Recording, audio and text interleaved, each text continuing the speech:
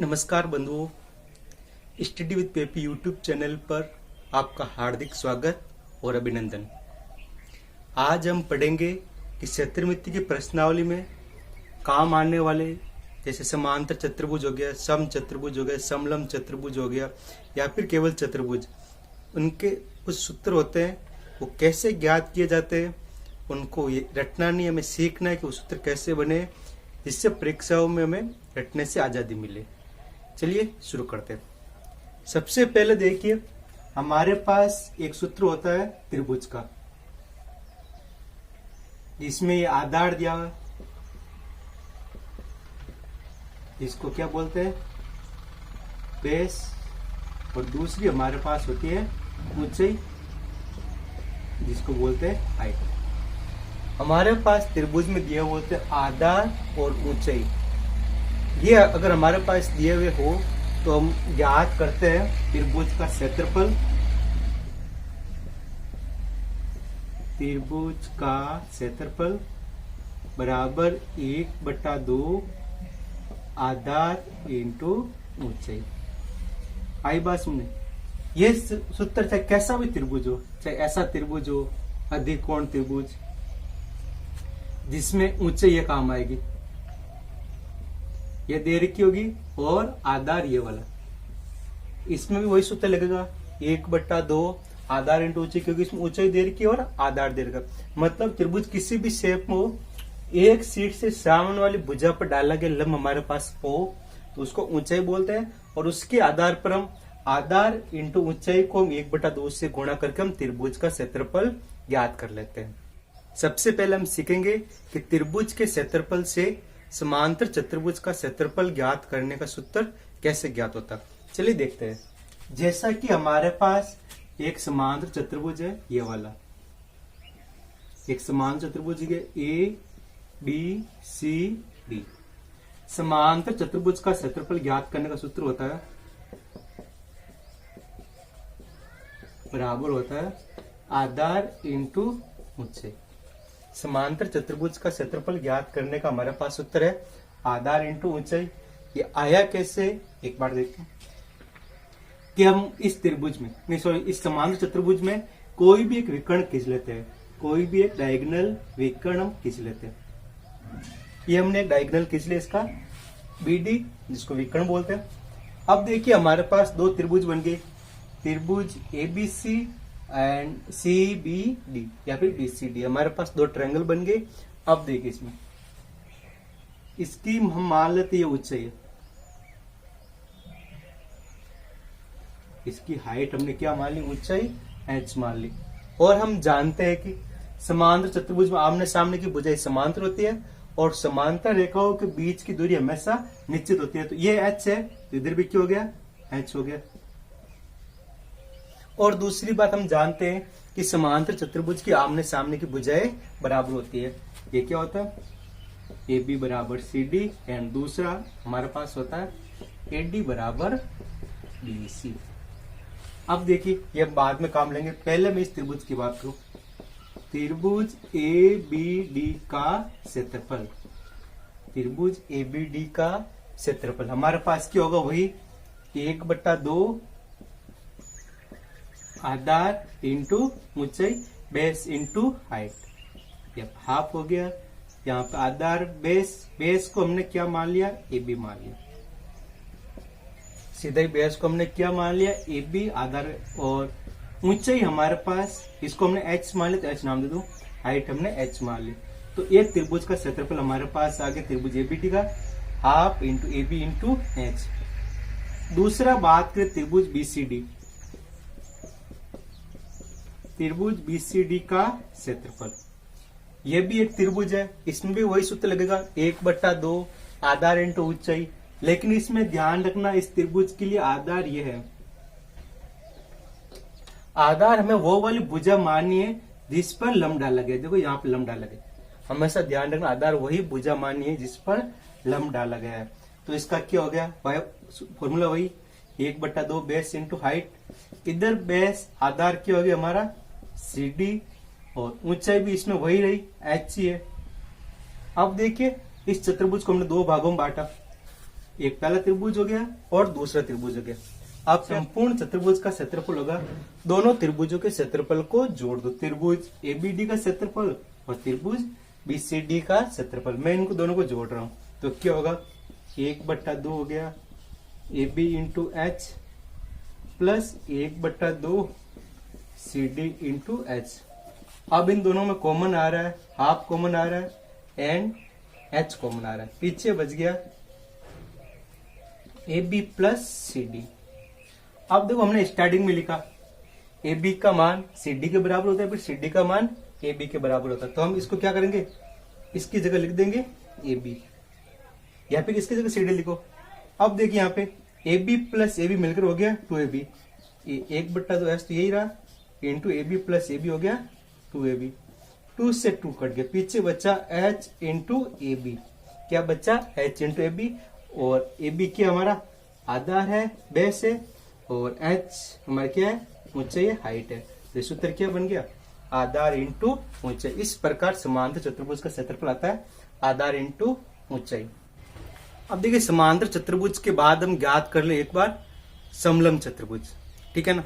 देखिए समलंब चतुर्भुज में क्या होता है, कोई भी समूह भुजाओं का एक जोड़ा क्या होता है, समांतर होता है। समूह भुजाओं का एक जोड़ा समांतर हो गया, चाहे कैसा बनो, लेकिन समूह भुजाओं का एक जोड़ा समांतर होना चाहिए। समूह भुजाओं का एक जोड़ा क्या होना चाहिए, समांतर होना चाहिए।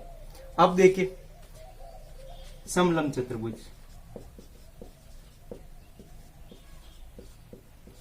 समलंब चतुर्भुज का सूत्र होता है 1/2 समांतर भुजाओं का योग,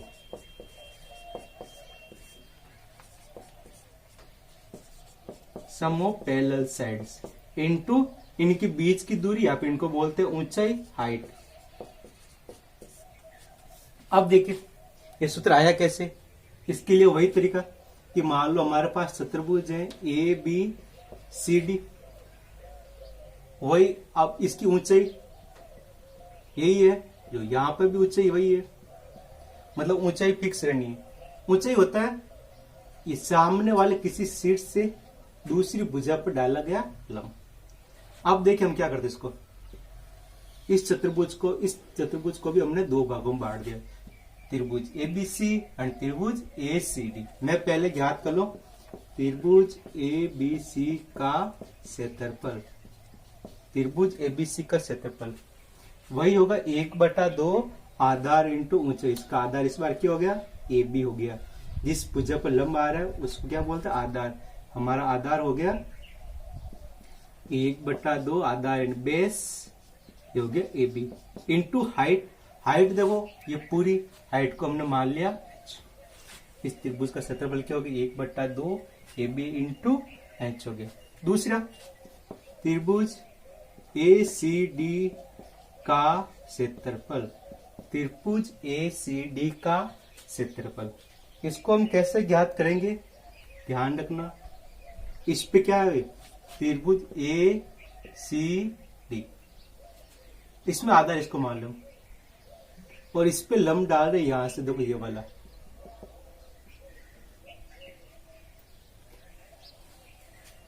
देखो ये ऊंचाई, ये ऊंचाई, ये ऊंचाई सब क्या है, बराबर है। तो ये हो गया हमारा 1/2 आधार का मान हमारे पास क्या हो गया सी डी इंटू ऊंचाई, तो एच ही रहेगी हमारे पास, एच हो गई। दो त्रिभुजों का क्षेत्रफल आ गया। अब दोनों को जोड़ लेंगे तो इस समलंब चतुर्भुज का क्षेत्रफल आ जाएगा। तो यहां पर करूंगा मैं संपूर्ण चतुर्भुज जो बनेगा, संपूर्ण चतुर्भुज का क्षेत्रफल क्या होगा 1/2, दोनों को जोड़, दोनों का सम करना। क्या होगा इसमें A B into H plus 1/2 into C D into H. अब दोनों में कॉमन क्या आ रहा है, 1/2 आ गया इंटू एच भी कॉमन आ गया, पीछे बच गया A B plus C D. अब देखिए हमारे पास वही सूत्र बन गया 1/2, एच मतलब क्या हो गया ऊंचाई, और A B plus C D, A B plus C D क्या दोनों समांतर रेखा है, तो क्या हो गया समांतर भुजाओं का योग। ए बी प्लस क्या हो गया समांतर भुजाओं का योग। ये हमारे पास आ गया समांतर भुजाओं का योग। और ये समांतर चतुर्भुज का हमने सूत्र निकालना सीख लिया और समलंब चतुर्भुज का क्षेत्रफल ज्ञात करने का सूत्र निकालना हमने सीख लिया। अब हम ज्ञात करेंगे सम चतुर्भुज का क्षेत्रफल ज्ञात करने का सूत्र कैसे ज्ञात किया जाता है। देखिए सम चतुर्भुज होता है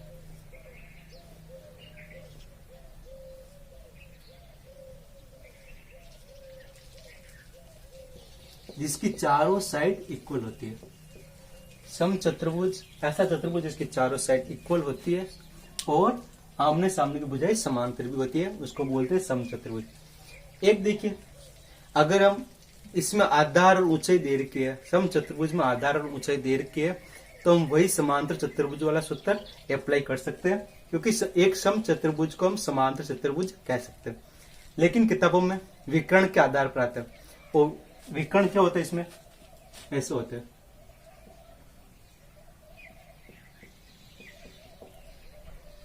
और एक ध्यान रखना, सम त्रिभुज के विकर्ण एक दूसरे को समकोण पर समद्विभाजित करते हैं। एक समकोण मतलब यहाँ पे प्रत्येक आपस में क्या है, 90 पे काट रहा है। और दूसरी बात, ये वाली भुजा इसके बराबर और ये वाली भुजा इसके बराबर होती है। सम चतुर्भुज में ध्यान रखना, विकर्ण आपस में समकोण पर समद्विभाजित करते हैं। अब देखिए सम चतुर्भुज का सूत्र मिलता है हमें ज्ञात करने का क्षेत्रफल ज्ञात करने का सूत्र,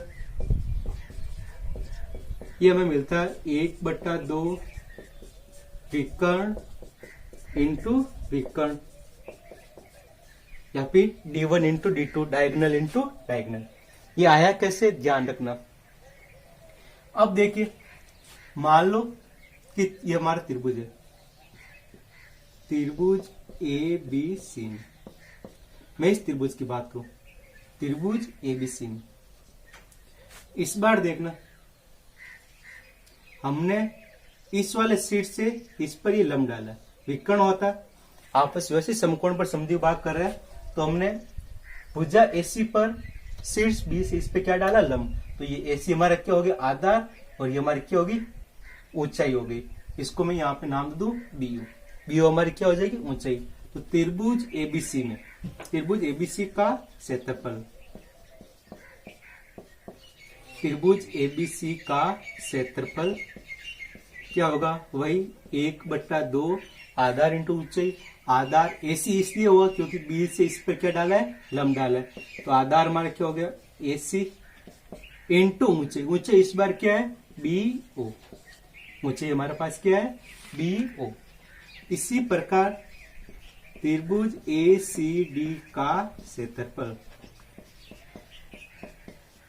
त्रिभुज ACD का क्षेत्रफल वो कैसे करेंगे, वही 1/2 आधार इंटू ऊंचाई। तो इसमें आधार क्या होगा, 1/2 पहले लगा दे।